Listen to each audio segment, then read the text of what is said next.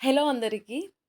సరదాగా అలా ఈ టెన్షన్స్ నుండి బయటికి దూరంగా ఎక్కడికైనా వెళ్ళాలని చాలామందికి అనిపించి ఉంటుంది.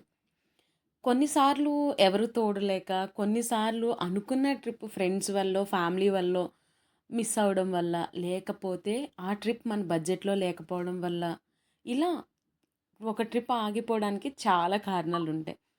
సో, ఇప్పటి వరకు ఇలాంటి కారణాలు ఎన్ని ఉన్నా, ఈ వీడియో అయితే మీకైతే మంచిగా హెల్ప్ అవుతుందని నేను అనుకుంటున్నాను. ఎందుకు అంటే, ఒక మంచి బడ్జెట్ ఫ్రెండ్లీ ట్రిప్ టూర్ అయితే మీ ముందుకి ఈ వీడియో ద్వారా అయితే నేను తీసుకొస్తున్నాను.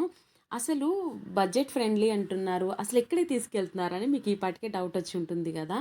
హైదరాబాద్ నుంచి అరకు, వైజాగ్, వనజంగి, అలాగే బొర్రా కేవ్స్ ఈ 4 ప్లేసెస్ చేస్తాము. సరే, మీకు డీటెయిల్స్ అయితే చెప్పేస్తాను. ఈ ట్రిప్ అనేది హైదరాబాద్ నుంచి అయితే స్టార్ట్ అవుతుంది. హైదరాబాద్ నుండి డైరెక్ట్ వన్జంగి అయితే వెళ్తాము. ఇక్కడ మెయిన్ అట్రాక్షన్ ఏంటి అంటే సన్‌రైజ్ అనమాట. దీన్ని మేఘాల కొండ అని కూడా అంటారు. చాలా మందికి తెలుసు. ఇప్పుడు చాలా ఎక్కువగా ట్రెండింగ్‌లో ఉంది ఈ ప్లేస్ అయితే. సన్‌రైజ్ వ్యూ పాయింట్ అయిపోయిన తర్వాత చాపరాయి దగ్గరికైతే వెళ్తాము. అక్కడి నుండి డైరెక్ట్ అరకైతే వెళ్తామనమాట.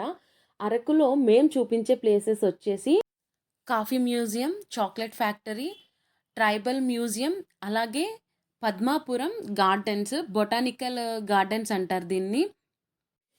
అండ్ అరకు పైనరీ ఒకటి విజిట్ చేస్తామన్నమాట.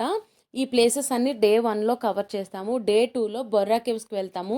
ఈ దారిలో అంకర్మెట్ట బాప్టిస్ట్ చర్చ్ అని ఉంటుంది. ఆ చర్చ్ అయితే విజిట్ చేస్తాము. అలాగే కాఫీ తోటలు విజిట్ చేస్తాము. గాలికొండ వ్యూ పాయింట్ ఒకటి విజిట్ చేస్తాము. వాటర్ ఫాల్స్ అంటే 2 వాటర్ ఫాల్స్ ఉన్నాయి. మనకి ఏది కన్వీనియంట్గా ఉంటే అది ఒకటైతే విజిట్ చేస్తాము. అండ్ లాస్ట్ మనము అనంతగిరి హిల్ పాయింట్ అయితే విజిట్ చేస్తాము. అలాగే బొర్రా కేవ్స్ కూడా విజిట్ చేస్తాము. ఇవన్నీ విజిట్ చేసిన తర్వాత వైజాగ్ అయితే వెళ్ళిపోతాం అనమాట. వైజాగ్లో బీచెస్ చూసి మనము డైరెక్ట్ హైదరాబాద్ అయితే రిటర్న్ అయిపోతాం అనమాట.